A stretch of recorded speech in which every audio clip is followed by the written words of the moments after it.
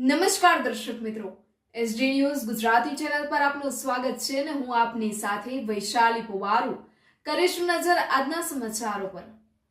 સાબરકાંઠા જિલ્લાના તલોદ ખાતે 79મો સ્વાતંત્રતા પર્વ ઉત્સાહ અને દેશભક્તિના માહોલમાં ભવ્ય રીતે ઉજવાયો। તલોદ કોલેજમાં યોજાયેલા મુખ્ય સમારંભમાં મુખ્ય અતિથિ તરીકે તલોદ નગરપાલિકા પ્રમુખ શ્રીમતી રમીલાબેન ચાવડા અને અધ્યક્ષ જીતેન્દ્રભાઈ શાહ ઉપસ્થિત રહ્યા હતા।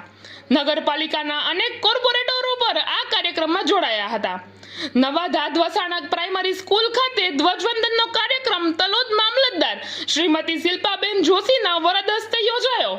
આ પ્રસંગે તાલુકા પંચાયત પ્રમુખ દશરથસિંહ ઝાલા, સભ્ય દિલીપભાઈ પટેલ, સરપંચ શ્રી બાબુસિંહ, નવા ધાદવસાણા ગ્રામ પંચાયત તલાટી સાહેબ સુરેન્દ્રસિંહ ઝાલા, કોંગ્રેસ પ્રમુખ એસકે ઝાલા તેમજ આરોગ્ય અધિકારી અને ગામના આગેવાનો મોટી સંખ્યામાં હાજર રહ્યા હતા।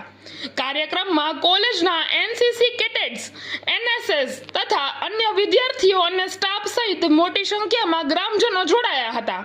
દેશભક્તિના ગીતો અને તિરંગાની લહેરાતી શોભાએ સમગ્ર પરિસરને ગૌરવ અને એકતાના રંગોમાં રંગી દીધો। Press reporter Paresh Sharma, SD news Gujarati, Talod, Sabarkantha.